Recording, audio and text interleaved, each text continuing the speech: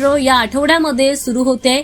दरम्यान दहिसर मीरा भाईंदर मेट्रो मार्गिका 9 मधील दहिसर ते काशीगाव मेट्रोचा पहिला टप्पा या आठवड्यापासून सुरू केला जातोय।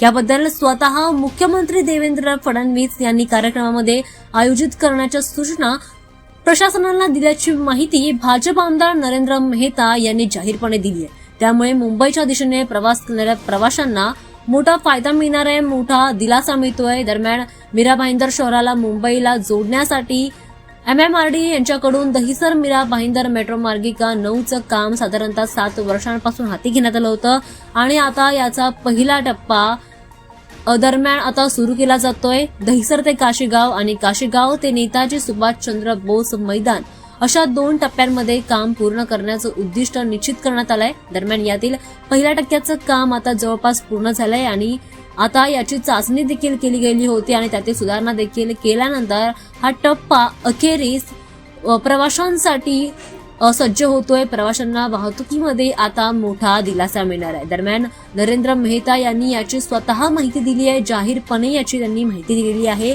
आणि स्वतः मुख्यमंत्री देवेंद्र फडणवीस याचं उद्घाटन देखील करणार असल्याचं देखील त्यांनी सांगितलेलं आहे।